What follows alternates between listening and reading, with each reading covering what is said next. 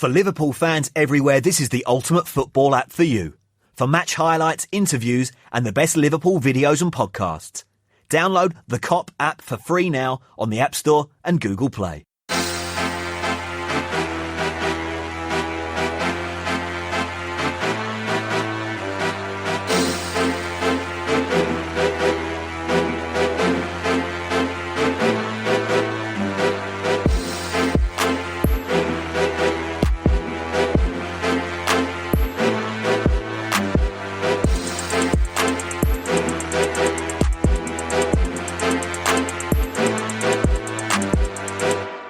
Hello everybody and welcome to the Cop Table podcast, where tonight we're previewing the Norwich versus Liverpool game this coming weekend.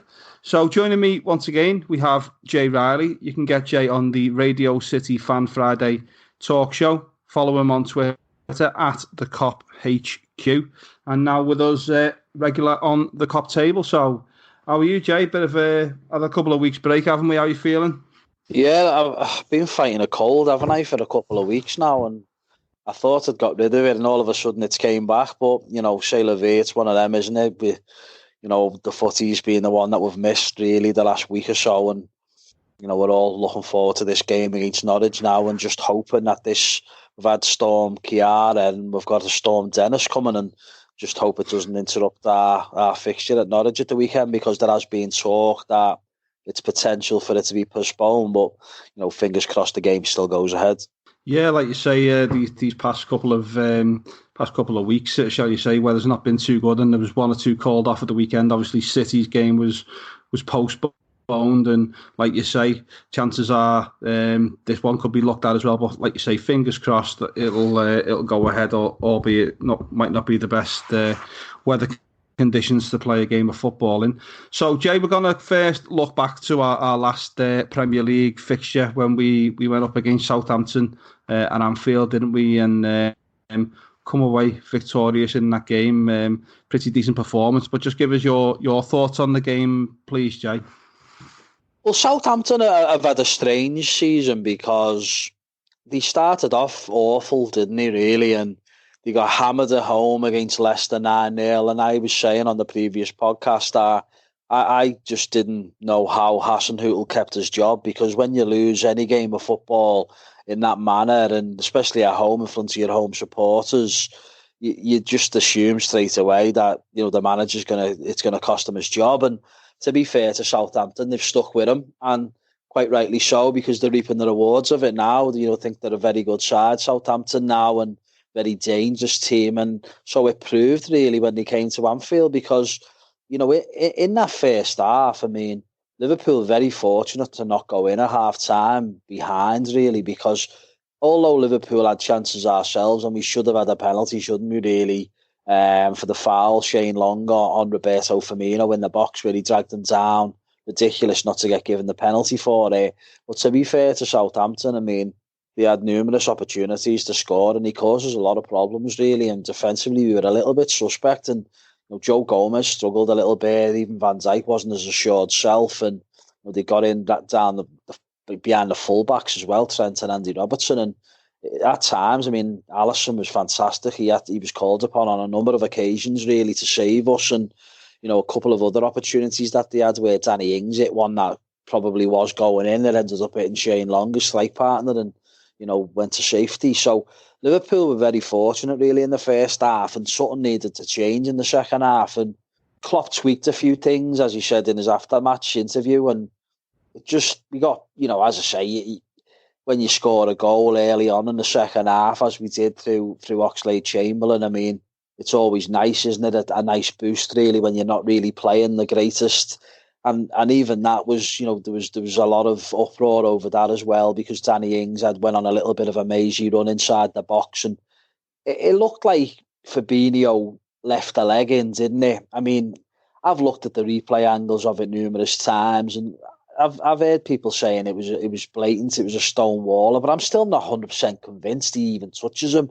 The only thing I will say, you look at the reaction from Danny Ings, and he's a good, honest pro, and I think he went down in stages, but I think there must have been some sort of contact for the way he reacted, really. But I do think it's not as cast iron as what some are making it out to be. I think it was a little bit clumsy by Fabinho. He did leave his leg in, but like I say, the contact was very minimal. And the referee waved it on, really. And Liverpool, as I say, went down the other end and scored. And, the rest is history, because we then went on to score 2, 3, 4 and, win the game 4-0. And 4-0 was an unbelievable scoreline, really. And it really did flatter Liverpool, because even in the second half, Southampton didn't let their heads go down when it went 2-0 and 3-0. They still created opportunities and they still had chances, but obviously Liverpool's second goal was very good, wasn't it? Great play by Firmino, and Jordan Henderson smashed it home. And then Mo Salah got a brace, didn't he, towards the end? A lovely ball by Jordan Henderson, which Mo Salah just about beat the offside trap, and cool finish. And then right at the end, to wrap it up and put the gloss on it and to make it 4-0 was a little bit of a lucky goal, really, where it sort of like rebounded and deflected back in off Mo Salah. And Salah's marching up that goal scoring chart now. I think he's only 3 off Jamie Vardy. He's on 17, Vardy, and I think Salah's on 14. So who knows? Maybe Mo will go for the hat-trick of golden boots this season as well. Another personal accolade for him. But like I say, a massive 3 points for Liverpool yet again. And on this march to the title now, it's like I say, we got a bonus the next day as well with Man City, who lost, didn't they, against Spurs. And for Liverpool now to be 22 points clear and going into this game against Norwich with the opportunity to go 25 points clear, I mean, it's all over by the shouting, really. It's just a matter of when now, not if, that Liverpool get this Premier League title, and, the good times are ahead, mate. Yeah, spot on, Jay. And then we moved on to the it was the international break, wasn't it, for all the first team squad, the majority, apart from the one player who has featured a little bit, which was Curtis Jones in the FA Cup game against Shrewsbury, and very young side there. But just give your thoughts, a little recap on the Shrewsbury game, Jay. Obviously, there was a lot of young boys out there, and they performed very well, I thought. Dominated the game, controlled it, and deserved the win. But just give us your thoughts on that game, and who was the standout performers for you from the young lads, Jay? Like, going into that game, I genuinely believed that they could have beat Shrewsbury. I really did have the faith that they'd be able to do it, because a lot of them players played in the game really against Aston Villa in the Carrow Cup, and also some of them played against Everton.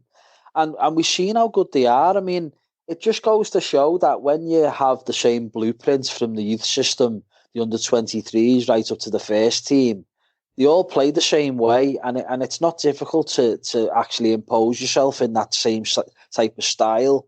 And I really did think, Shrewsbury were a League One side at the end of the day, and they'd had a taste of it this season playing in the EFL Cup, and they didn't do too well in that competition. But the fact of the matter is, this team, this group of players are all familiar with each other and they play together, and that's why they probably put in a better performance than when they did away to Shrewsbury in the first game, when they basically had a couple of the senior pros playing and returning from injury. The likes of Fabinho and Lovren and Matapu were all really poor, weren't they, in the first game? And also, obviously, we had Adrian in goal, who saved us on a few occasions. But, I just felt Liverpool, our kids just control the game, didn't they? I think Shrewsbury came with the mentality and attitude of it's men against boys, and they tried to be physical and tried to bully us off the ball and bully us off the park, and it just never happened because they couldn't get near us, they couldn't get the ball off us, and our kids just basically give them the runaround. And they'd have to be very disappointed with it. It's like they froze on the big occasion, on the big stage, coming to a Premier League ground like Anfield, and they froze more than the kids did, and the kids revelled in it, really. And the only thing I will say, they lacked a little bit of cutting edge. We never really had that many opportunities to score. Curtis Jones had a couple of chances. Nico Williams had a couple of efforts as well. The right fullback, who was very good on the night. He's a very good attacking fullback. But we did lack that little bit of cutting edge, really, didn't we? And you did think it was heading towards potentially extra time and penalties. And obviously they had the goal, didn't they? That got ruled out for VAR. And there was a few complaints about it and people moaning about it and saying Liverpool and all that over it and saying, it spoilt it for everyone wanted the giant killing, didn't they? But it spoilt it a little bit. But fact of the matter is, if there was VAR in place in the first game, the penalty that Shrewsbury got to get back into the game wouldn't have stood because it was actually outside the box. And Liverpool also arguably should have had a penalty in that game because there was a handball incident. So, like I say, if VAR was in place in the first game, Liverpool wouldn't have had to go through and endure a replay anyway. So, VAR takes a lot of criticism, and rightly so, because it's farcical the amount of time it takes to get to these decisions and the intricacies of it all and the fine margins and what have you. But the fact of the matter is, a lot of the decisions that they actually make, a lot of them are correct, aren't they? Do you know what I mean? Whether we like it or not, it disrupts the game. It's not ideal. It's not perfect. But 9 times out of 10, they do seem to come to the correct decision. And he was offside in the build-up. So, the goal didn't stand, quite rightly so. But like I say, Liverpool kept chipping away and having chances and long-range efforts. And then, obviously, the goal came, didn't it? Not long before the end. And quite fitting, really, because the lad who scored the own goal was an ex-Manchester United kid. And, I mean, I heard a little story, apparently, when he used to play against Liverpool in the under-23s, when he was at Manchester United, he used to think he was a little bit of a hard case, Rocky Marshmallow type of character. And it was quite nice, really, that he scored an own goal on his game at Anfield in front of the Kop to score the winner for us. So, that was quite satisfying, really. But fantastic, really, for the kids to get through. And, we did speak about it, that we've got a really tough game in the 5th round now, haven't we? An away trip to Chelsea, Stamford Bridge, and remains to be seen what type of side Jurgen Klopp goes with.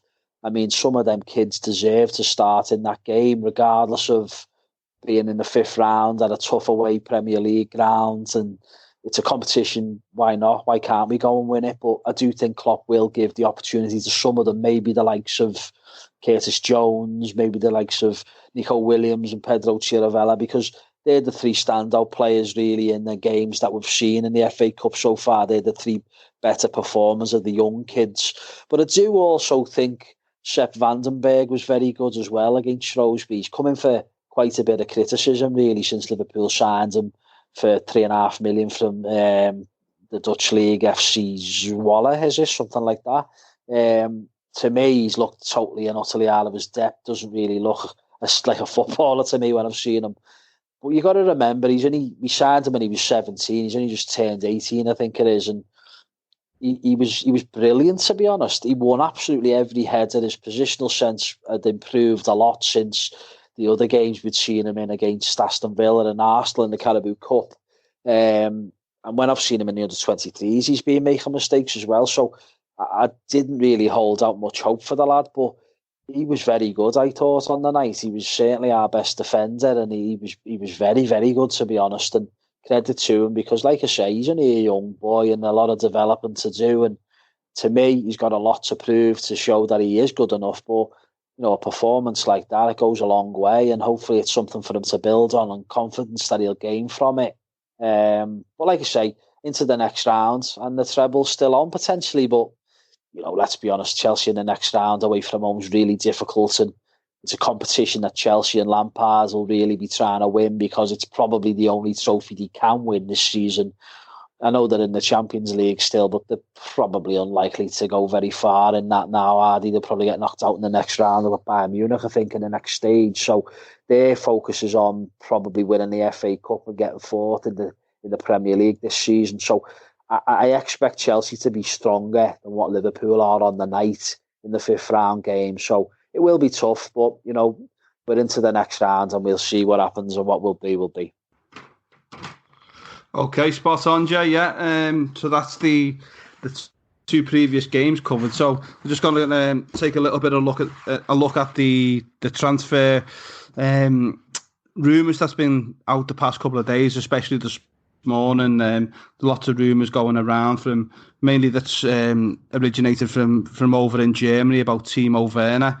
Obviously, he's got this release clause, hasn't he, by all accounts, 50, 51, 55 million pound, euros. So do you see this as a likely transfer that Liverpool are going to be making in the summer transfer window, Jay? It's a strange one because Timo Werner's been on the radar for years, really. I mean, even back to the days when the year before we signed Naby Keita. I mean, we signed Naby Keita, didn't we? And he stayed at Leipzig for a year, and then we eventually got him, and he's been at Liverpool now, 2 years?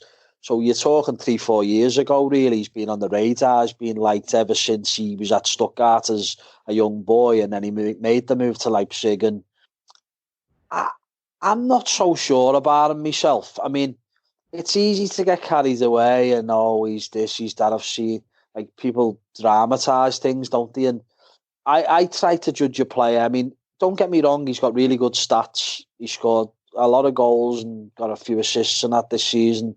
His goal contribution's very good. But every time I've seen him play, admittedly probably only about 10 times in my life, and probably 6 or 7 of them are for Germany, international football, he just seems to flatter to deceive for me. I mean, you can't argue with his stats, you can't argue with the goals he scores, and he's quick, he's rapid. You know, he is a very quick player. But I think he misses a lot of chances, you know, and I just think he's a bit awkward at times. And every time I've watched him play for Germany, he's been terrible. And I mean terrible, do you know what I mean? I think he scored 1 goal in 7 games that I've seen him play for them, and he's been terrible in most of them. I've seen him play for Leipzig a few times, and he's looked quite good at times, but not really stood out to me, you know, where you go, wow, I'd love him to be a Liverpool player. And I watched him at the weekend when Leipzig played against Bayern Munich in the stalemate, and he missed an absolute sitter. And then he had another chance as well, which was in the first half, which he sort of like dragged wide. So missed a couple of chances there.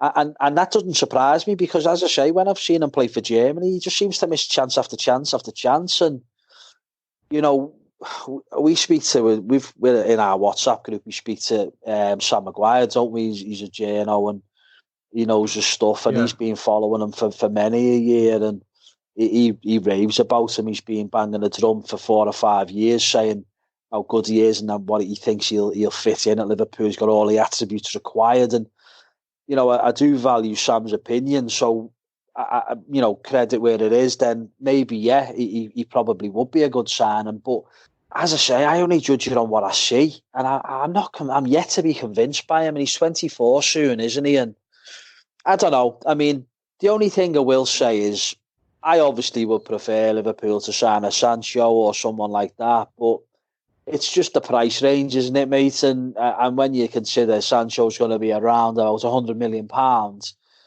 you just can't see Liverpool signing someone for 100 million unless we sell. And the facts are, we're not going to sell any of the front three, are we, this summer? So the likeliness of getting Sancho, because the way it's spiralled out of control, I mean, it's common knowledge Jurgen Klopp and Michael Edwards love Jadon Sancho. I mean, his stats are sensational, not just goals, but assists as well with Sancho, isn't it?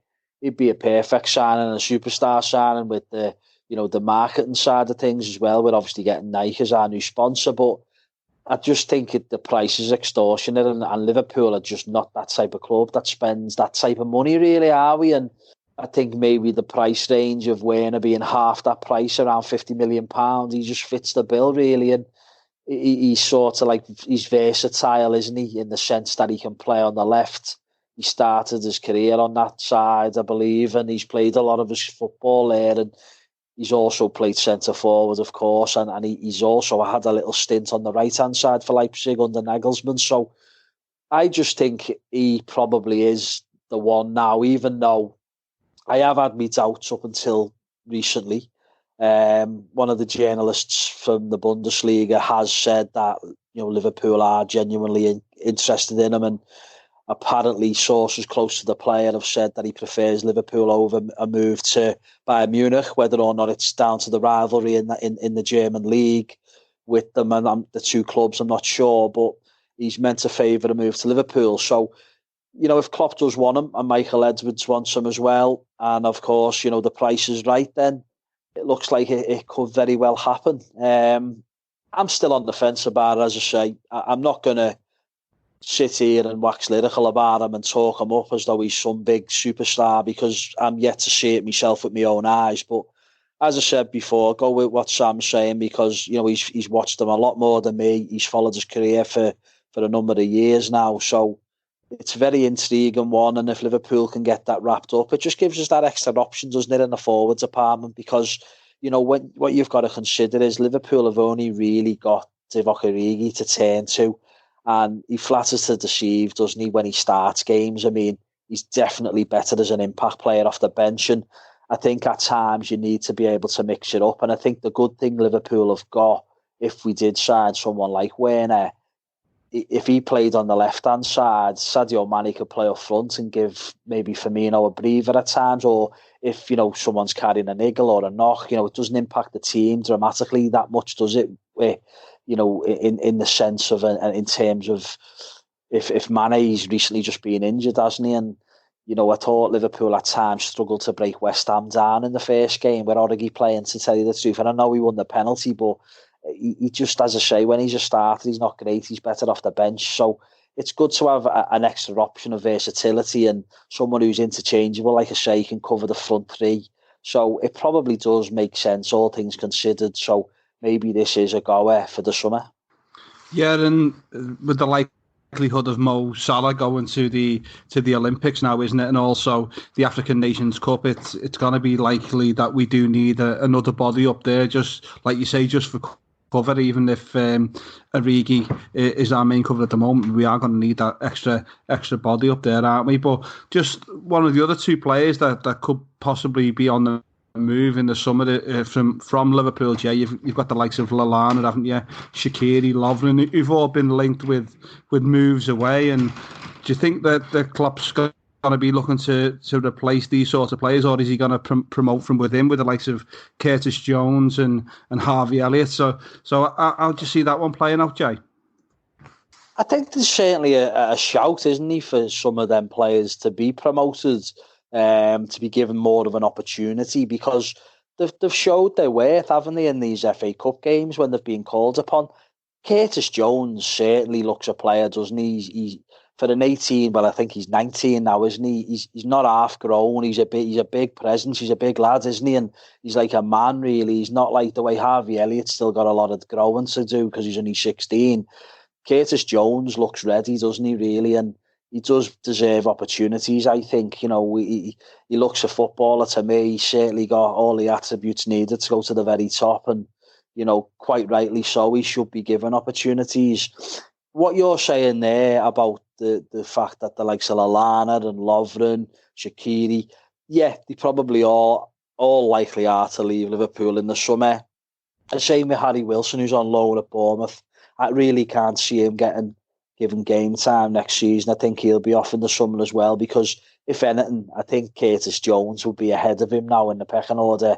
I think Wilson's 21, 22, so Curtis Jones is a few years younger. And to be honest, I'm not saying he's better, because Harry Wilson's proved himself a little bit in the Premier League this season, but I just think Curtis Jones suits what Liverpool want more, really, in terms of the way we play, not just about scoring fancy free kicks and what have you, the way Harry Wilson does, and that's not being critical of him, saying that's all he does, because he is a good player, and hopefully Liverpool, if they do sell him, will get about £25 million for him. But I just think there's no real place for him in the team, is there? And I think Curtis Jones is probably the one that's maybe forcing him out the door in that sense, in terms of a youngster who's going to be filling the squad for next season a lot more than maybe he has done this season. Maybe next season he'll get a lot more first team game time, shall we say. But yeah, I think the likes of Shaqiri will be off. Lovren will be off, because he was very nearly off, wasn't he, last summer, really, to tell you the truth. And the only thing with Lovren, I'd say, is he's fourth choice, isn't he? And you're thinking the likes of Vandenberg, as I said before, he's still only young, and he's had, he's got a lot of development to do. Same with Hoover as well. A lot of development to do there with him, even though he looks like he's got a good future. So I think Liverpool may well dip into the transfer market for a centre-half to replace Dejan Lovren, but it's not going to be a big money signing like a Koulibaly or anything, because Joe Gomez and Joel Matip are obviously right up there in the pecking order to partner Virgil van Dijk. So you are probably looking at a prospect, really. And when I say a prospect, the likes of Hoover and Vandenberg at 18, whereas I'm talking someone who's maybe 20, 21. So maybe that Ben White at Brighton, I'm not sure. I mean, there was talks of him a few months ago, but, seems to have gone a little bit quiet now. But, he's certainly one that probably will fit the profile, really, isn't he? Might be able to get in for 20 million. Say we got 15 for Lovren, add 5 million to it to get like a young prospect like Ben White. But, that's just because he's been spoken about recently. I'm not sure if there's any genuine concrete interest in him, but he probably would fit the billing.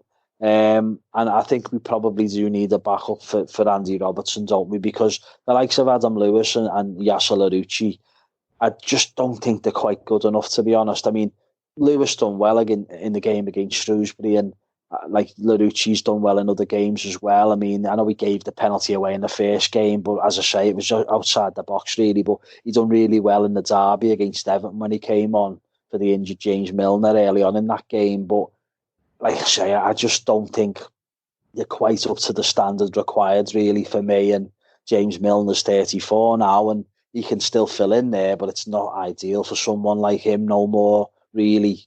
And I just think deep down that we do need a little bit of cover there. So again, probably similar to a young up-and-coming prospect like Ben White at centre-half, maybe it'll be a young upcoming prospect as well at left-back, because you can't expect to get an experienced pro or someone who's in the mid-20s to compete with Andy Robertson for the position, because they want regular game time. You've got to be looking at the 20, 21, 22-year-olds who don't mind being a bit part player and wait for their opportunity to get into the team. And, I'm not sure about names out there, but, as I say, this weekend we're coming up against Norwich and they've got a decent one themselves there in Jamal Lewis. And, I think every time I see him play, I think he's very capable, very, very adequate enough anyway to be a cover for Liverpool. Maybe not first choice, but he's only young, and maybe someone like that we may be targeting in the summertime, especially because they're obviously, it looks like they're going to go down this season, doesn't it? So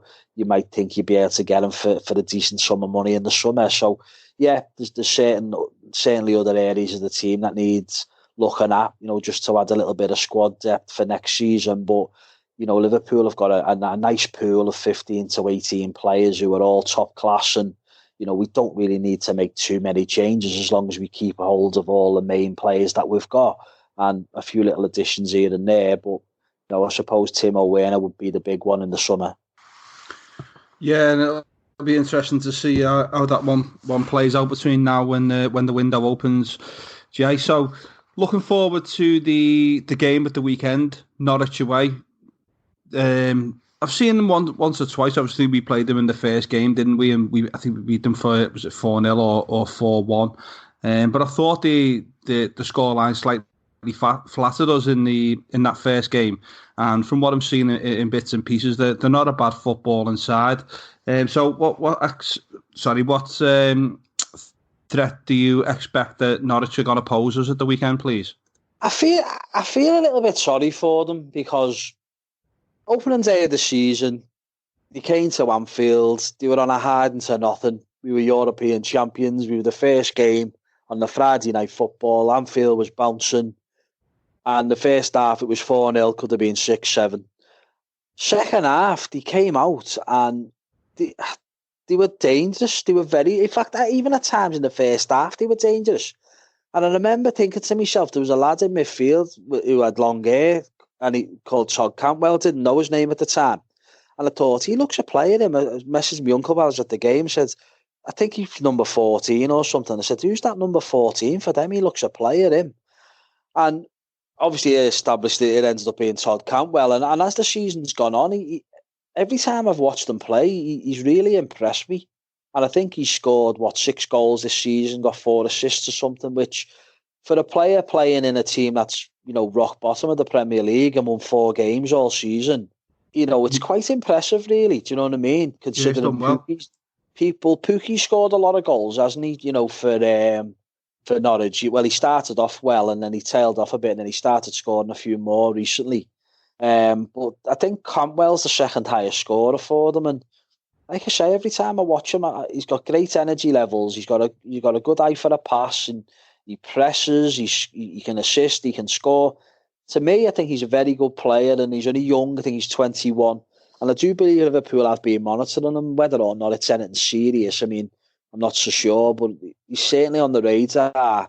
But he's a very good player for me. And like I say, he stood out on the night, but I mean, in the second half, they did cause us a few problems, and they eventually won the second half because, it was 4-1 in the end, and Pukki scored, didn't he? And, I just think they showed signs there in that one particular game, which was the blueprint to basically the way their season's gone, that's all 25 Premier League games so far, because they do look good in an attacking sense, but they can't keep the back door shut, and they're just so open, and they just concede too many goals. Do you know what I mean? But to be honest with you, they've done all right recently. I think they're unbeaten in 3 at home at Carrow Road. They drew with Tottenham 2-2, drew with Palace 1-1, and beat Bournemouth 1-0. And they did beat Man City at Carrow Road earlier on in the season as well, 3-2, which was surprising. You wouldn't imagine City would struggle against a team like Norwich because they are so open. But they beat them 3-2, and the no mugs at home in particular. And like I say, they'll be right off for the game. But the type of team, aren't they, where it's right up Liverpool street, really, because they're not going to kick you off the park. They're not going to be physical, try and bombard you with set pieces and get in your face and all that. They're going to have a game of footy with you, basically, aren't they? And they're going to, in a way, a similar style to Liverpool in terms of liking to get it down, pass it round, and try and be direct at times and try and create opportunities and have a go and not sit back and be defensive minded. So I'm expecting it to be an entertaining game, and I'm expecting them to probably create chances and cause a few problems, to be fair, and even score against us. But the thing is, you worry for them defensively and how they're going to keep Liverpool out. The only thing I will say is sometimes Liverpool, after a break, I mean, they've had this mid-season break now, sometimes it takes us a bit of time, a game or two, to get the mojo back, to get the cohesion back and momentum. And, we can be a little bit disjointed at times. And that's my only fear going into this game. Now, realistically, if Liverpool were on a roll and it was our third game on the bounce or something, in 10 days or whatever, you would think Liverpool will put 4 or 5 past these. But because it's after the mid-season break, and it's because we notoriously can be a little bit disjointed, it has got a little potential banana skin on it. Not in the sense that I'd never have any fear of us losing this game, but potential for them to cause us a few problems, and we might have to, at times it might be a little bit ropey, and we need to make sure we get the goals that, be clinical when we get our opportunities, because we will get opportunities. Just need to make sure we take our chances and make sure we get the 3 points. Because, look, the title's done and dusted for me, and it has been for a while. Not only have Liverpool just been winning, go game after game after game, 3 points after 3 points after 3 points. Manchester City have helped us as well, because they've been slipping off left, right and centre, and we've amassed such a massive lead now that's not going to be, pulled back. So the title's over. So it wouldn't be the end of the world if Liverpool did drop points against Norwich. But let's be honest, this should not be happening. I mean, Liverpool should be going there and winning comfortably. But like I said, I do feel sorry for them, because they're going back down, but they've not really spent much money, have they? They're working with the nucleus of the same group of players that got them promoted, really, and they've tried to trust in the methods of Daniel Farke, the manager, and you can't argue and you can't say you don't like his vision and how the game's played, because they do play football the right way, and some might say what is the right way, but you know what I mean. It's like they don't lack discipline, they don't try and kick it off the park, they are actually easy on the eye to watch. So I just think that it should be an enjoyable game of football, providing the weather doesn't ruin it and providing it doesn't get postponed by Storm Dennis. But, I'm looking forward to a game of football on Saturday evening, and, to be entertained, and there should be goals in the game. And like I say, I do respect Norwich certainly being at home at Carrow Road, but you'd have to be thinking Liverpool will get the 3 points against them. Yeah, and just going into this game, Jay, it looks like now the likelihood is with Mane back in training, I think Shaqiri's back in training, Lovren. The likelihood is we're going to be going into this game for the first time this season with a fully fit squad. So, with that, bearing that in mind, what's going to be your predicted starting 11 for this game, Jay?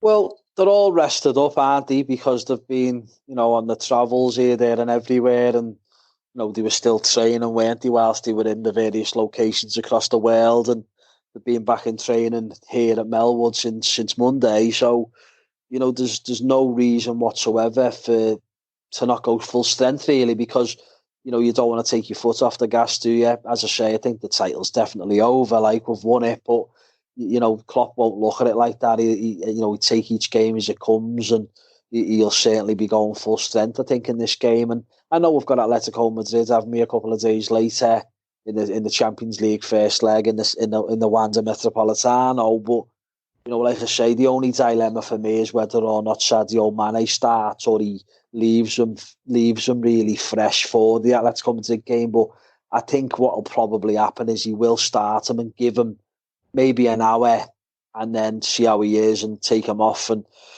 wrap him in cotton wool ready for the game in the Champions League in Madrid. There's no reason why it shouldn't be the strongest possible team for me. And like I say, Trent Alexander-Arnold at right back, left back Andy Robertson, centre half pair in the Virgil van Dijk and Joe Gomez, with Alisson between the sticks behind them.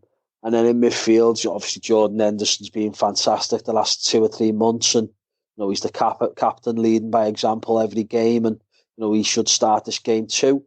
The midfield, I mean, the front three, as I say, Mane, Salah, Firmino. And then the midfield for me is always the one where you think we've got a couple of different options there to pick and choose from. Fabinho, Naby Keita's back from injury. Now you've got Oxlade-Chamberlain. But I just think, Gini Wijnaldum as well. So I think it's the dilemma is, will he start Fabinho? And then you've got to look who misses out of Oxlade-Chamberlain and Wijnaldum. That's the toss-up for me. And even then, I'm excluding Naby Keita, aren't I? So it's like we have got quite a lot of options in midfield, and people say it's our weakest area of our team. But we've got quite a lot of options there, probably more than anywhere else in the team. Because don't forget, I haven't even mentioned James Milner, who I think I'm led to believe is still out injured, isn't he? He's the only one that's not 100% fit for the game. And also, you could argue Shaqiri, because he can play there as well, but he can also play in the forward three. So Liverpool have got strength in numbers there in midfield. Adam Lallana as well, another one. So to me, it's always the dilemma of who plays in the midfield three. I think Jordan Henderson's an absolute shoo-in, and I would probably go with Fabinho and Oxlade-Chamberlain. I've been a little bit critical of Oxlade-Chamberlain the past month, because I think when he started the games against Spurs away, Manchester United at home, and the Wolves away game, I thought all 3 games were big games. I thought he flattered the deceive in all 3, didn't play well, struggled in all of them. And then I was made to look a little bit silly in the game against West Ham and Southampton because he scored in both of them. So I think on that basis, because he's proven to be a goal-scoring threat from midfield, Oxlade-Chamberlain has to start in this game for me.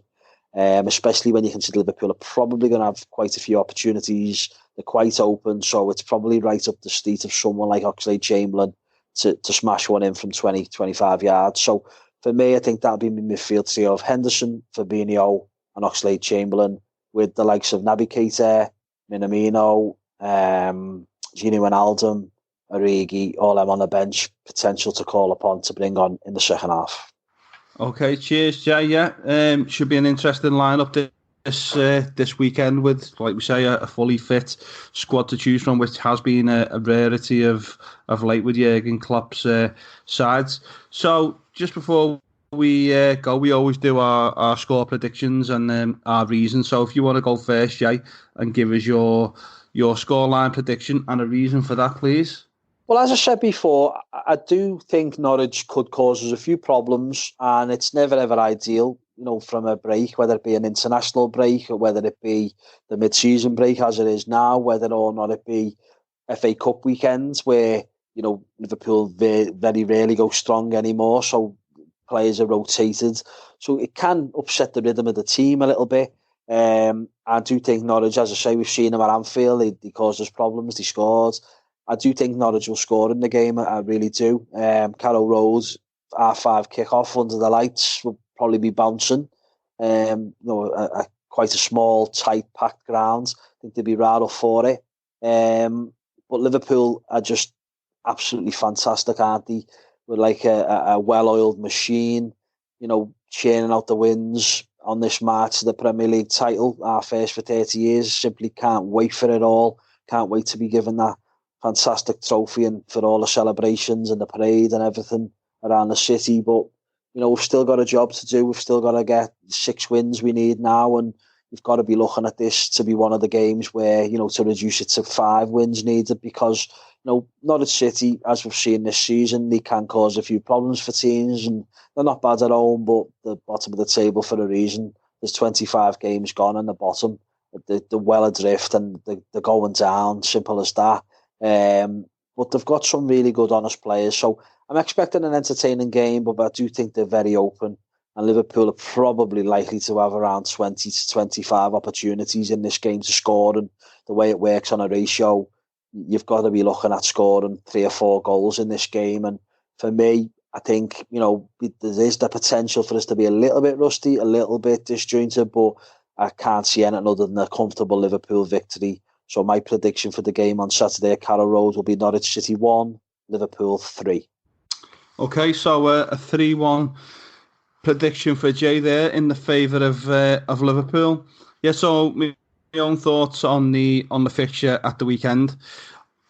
Previous times when we've come back from these international breaks, like Jay touched on there, we have looked. Not international breaks. We have looked in the international breaks a little bit rusty, but this has been like a mid-season winter break, hasn't it? And we don't seem to have a favourable performance after these little breaks that we have. So I can just see us starting off a little bit slow and taking a little bit of time to get into our stride once again. So I'm just going to err on the side of caution a little bit, and I'm going to go with a 2-0 victory to Liverpool. Like I say, probably take a little bit of time to get up to speed once again after the break that they've had, and for the players to get used to playing that high intensity Premier League football once again.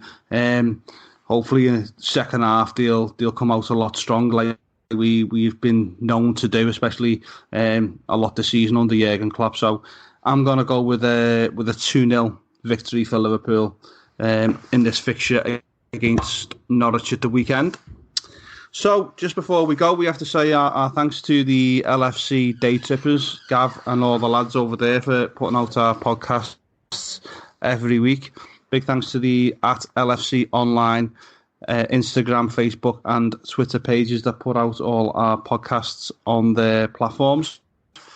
Don't forget to keep up to date, like we say all the time, with the No More Knives campaign with Paul Bentley. We've been supporting them from the start of the season, and he's on board with us, and he's doing lots of great things over there. And hopefully in the future we're going to be doing 1 or 2 things together as well. So yeah, just keep up to date with that No More Knives campaign and show all your support to Paul as and when you can, please.